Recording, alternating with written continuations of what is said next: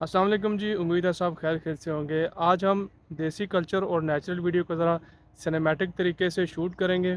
तो चलते हैं, पास एक बड़ी ज़बरदस्त सी लोकेशन है, वहाँ पर चलते हैं और देखते हैं कि हमें देसी कल्चर और नेचुरल वीडियो के शूट में क्या रिज़ल्ट मिलते हैं।